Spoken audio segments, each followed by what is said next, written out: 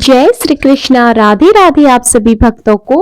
आज की वीडियो में मैं आपके साथ तुलसी विवाह की सबसे सरल विधि आपके साथ शेयर कर रही हूँ। अगर वीडियो आपको थोड़ी भी पसंद आती है तो प्लीज वीडियो को लाइक जरूर कर देना। कार्तिक मास के शुक्ल पक्ष की एकादशी को देव उठनी एकादशी कहा जाता है।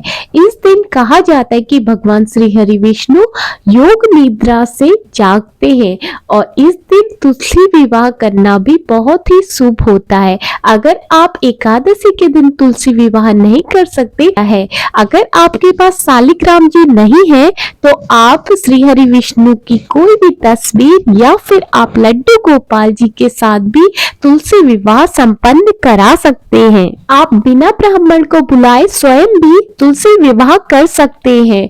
यहाँ पर मैं आपको तुलसी विवाह की विधि बता रही हूँ। तो आप जहाँ पर भी तुलसी विवाह करेंगे पहले तो वहाँ पर उस जगह को साफ सुथरा कर देना है और उसके बाद यहाँ पर देखो मैं गेरू से यहाँ पर एक चौकी सी बना दूंगी, उसको लीप दूंगी गेरू से या फिर गाय के गोबर से या फिर हल्दी से, किसी भी चीज से आप उस जगह को थोड़ा सा पवित्र कर दे। और यहाँ पर मैंने अष्टदल कमल बनाया है और अष्टदल कमल बना के यहाँ पर हम अपनी तुलसी माता को स्थापित करेंगे। और यहाँ पर बगल में मैं एक स्वास्तिक बना दूंगी, क्योंकि स्वास्तिक अगर हम कोई भी शुभ कार्य करते हैं, कोई भी मांगलिक कार्य करते हैं तो वहां पर स्वास्तिक हमें जरूर बनाना चाहिए, क्योंकि स्वास्तिक शुभता की निशानी होती है। और यहाँ पर मैंने स्वास्तिक बना दिया है क्योंकि इस दिन को देव उठनी एकादशी कहा जाता है। इस दिन भगवान श्री हरि विष्णु 4 महीने की योग निद्रा से जागते हैं और इसी दिन से सभी मांगलिक कार्य शुरू हो जाते हैं। और देखिए यहाँ पर हम अपनी तुलसी माता को एक लाल चुनरी ओढ़ा देंगे, क्योंकि शादी ब्याह में लाल जोड़ा अगर दुल्हन को ओढ़ाया जाता है तो वह बहुत ही शुभ होता है। तो यहाँ पर हम अपनी तुलसी माता को लाल चुनरी ओढ़ा देंगे और एक पाटा रख के यहाँ पर श्री हरि भगवान विष्णु जी की कोई भी प्रतिमा रख के और वहां पर कलश स्थापित करके गणपति भगवान जी को स्थापित करके हम यहाँ पर उनके साथ उनका विवाह रचाएंगे। और सबसे पहले गणपति जी, कोई भी शुभ कार्य होता है तो वहां पर पहले गणपति जी को स्थापित किया जाता है, क्योंकि प्रथम पूज्य गणपति कहा जाता है, क्योंकि सभी देवों में उनको श्रेष्ठ माना जाता है। और यहाँ पर हम कलश को स्थापित कर देंगे। कलश में पूरा जल भर के और किनारों से मैंने अशोक के पत्ते लगा दिए हैं और एक पूर्ण पात्र नाच का भरा हुआ, और यहाँ पर हम दीप को प्रज्वलित करेंगे, क्योंकि यहाँ पर मैं दीप कलश स्थापित कर रही हूँ। और यहाँ पर मैंने श्री हरि विष्णु जी की एक प्रतिमा रख दी है और मेरे पास यहाँ पर शालिग्राम जी भी थे, तो मैंने यहाँ पर शालिग्राम जी को हम तुलसी माता के पास में रख देंगे। और यहाँ पर मैंने दीप को प्रज्वलित कर दिया है और अगर आप चाहो तो यहाँ पर श्रीफल भी रख सकते हैं, जटा वाला नारियल भी रख सकते हैं। मैंने यहाँ पर दीप प्रज्वलित कर रखा है और यहाँ पर हम स्नान की भावना से सभी चीजों पर छींटा दे देंगे। और यहाँ पर सबसे पहले हम प्रथम पूज्य गणपति जी का पूजन करेंगे, उनको टीका लगाएंगे। और आप सभी को पता ही होगा कि एकादशी में कभी भी चावल का प्रयोग नहीं किया जाता है, सफेद तिलों का प्रयोग किया जाता है। तो यहाँ पर हम गणपति जी को टीका चंदन लगाएंगे और वस्त्र रूपी कलावा अर्पित करेंगे और यहाँ पर पुष्प अर्पित करेंगे। और उसके बाद हम श्री हरि विष्णु जी को भी वस्त्र रूपी कलावा अर्पित करेंगे और यहाँ पर उनको जनेऊ भी अर्पित करेंगे।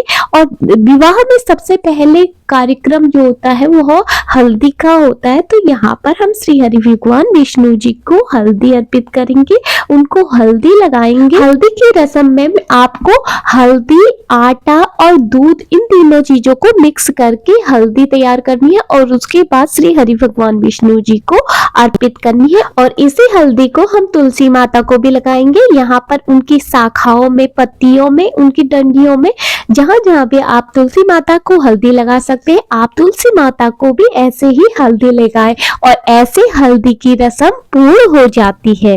और उसके बाद हम श्री हरि भगवान विष्णु जी को हल्दी का टीका लगाएंगे और उसके बाद जो हमने कलश स्थापित कर रखा है, जिसमें हमने सभी देवी देवताओं को निमंत्रण दिया है इस शादी विवाह में सम्मिलित होने के लिए, उन सभी को हम टीका लगाएंगे और यहाँ पर हम दीप की भी पूजा करेंगे।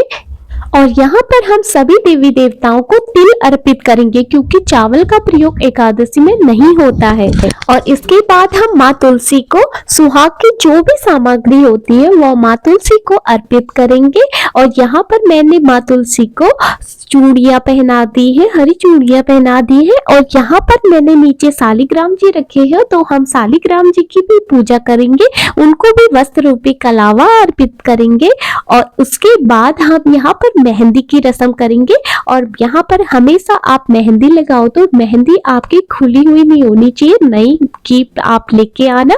और यहाँ पर हम सबसे पहले श्री हरि भगवान विष्णु जी को मेहंदी लगाएंगे उनके हाथों पे, और उसी मेहंदी को हम तुलसी माता जी को लगाएंगे। और ये देखिए मैंने अपनी तुलसी माता जी को यहाँ पर मेहंदी लगा दी है।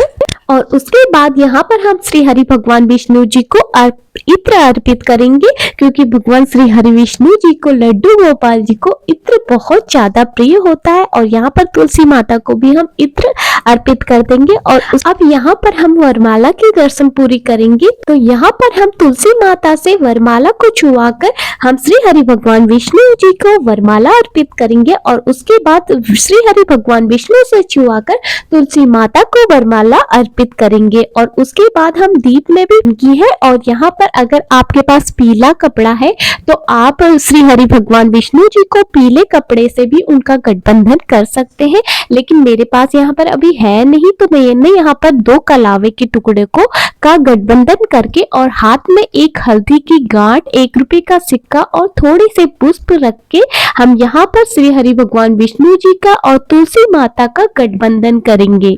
और इसके बाद अब गठबंधन के बाद जो अगली रस्म होती है वो मांग भराई की होती है। तो यहाँ पर हम श्री हरि भगवान विष्णु जी से छुआ के, अगर आपके पास चांदी का सिक्का है तो आप वो लेके, या फिर आप 1 रुपए का सिक्का, कोई भी सिक्का लेके आप श्री हरि भगवान विष्णु जी से छुआ के माँ तुलसी जी को ऐसे हम सिंदूर अर्पित करेंगे। इसे 3 बार ऐसे माँ तुलसी को हमें सिंदूर अर्पित करना है। और उसके बाद श्री हरि भगवान विष्णु जी से छुआ के हमें तुलसी माता को मंगलसूत्र अर्पित करेंगे। और इसके बाद जो अगली रस्म होगी वह फेरों की होगी। अब यहाँ पर हमने एक जटा वाला नारियल ले लिया है और उस पर एक कलावा बांध दिया है। उसके बाद प्रथम जो फेरे होते हैं, 3 फेरे, वो वर के होते हैं।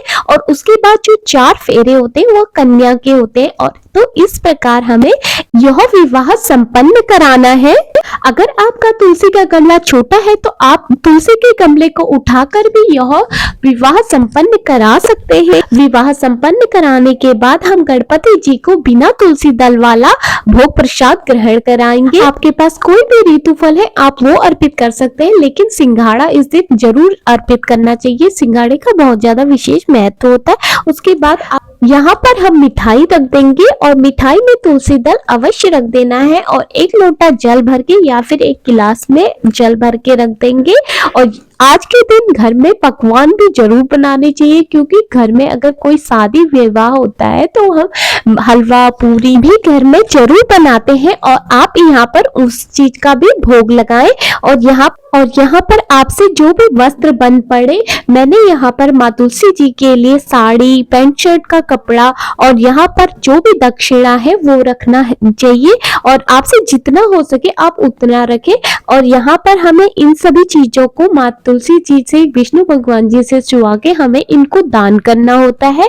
और यहाँ पर आप हाथ में एक पुष्प रख के तुलसी विवाह की कहानी पढ़ ले या फिर आप सुन ले। उसके बाद हम यहाँ पर सभी देवी देवताओं की आरती कर लेंगे। श्री हरि भगवान विष्णु जी की, माँ तुलसी की, गणपति महाराज की, कलश की, हम सभी देवी देवताओं की यहाँ पर आरती कर लेंगे। और पूजा में हुई गलतियों के लिए समय याचना जरूर करनी चाहिए। और कार्तिक का जो महीना होता है वह तुलसी पूजन के लिए विशेष होता है, तो इसलिए आप ज्यादा कुछ नहीं कर सकते हैं तो डेली तुलसी माता के समीप एक दिया जरूर जलाना चाहिए। और उसके बाद समय याचना करनी चाहिए कि हे श्री हरि भगवान विष्णु, अगर हमसे पूजा में आपकी कोई गलती हो गई हो, आपके विवाह संपन्न कराने में हमसे कोई भूल हो गई हो तो हमें क्षमा करना। इसके बाद हम यहाँ पर फेरी लगाएंगे। मैं यहाँ पर टॉफी से फेरी लगा रही हूँ। आप किसी भी चीज से, ड्राई फ्रूट से, किसी भी चीज से फेरी लगा सकते हैं।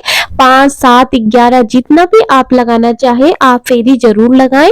और यहाँ पर देखिए मैं टॉफी से फेरी लगा रही हूँ। और यहाँ पर मैं आपको एक बात बता दूं, अगर आप एकादशी को छोड़कर किसी और दिन तुलसी विवाह संपन्न कराते हैं तो आप चावलों का प्रयोग कर सकते हैं, लेकिन एकादशी के दिन चावलों का प्रयोग नहीं होता है। तो वीडियो में दी गई जानकारी आपको कैसी लगी प्लीज कमेंट में जरूर बताना। मैं मिलती हूँ आपको नेक्स्ट वीडियो में, तब तक के लिए जय श्री कृष्णा, राधे राधे।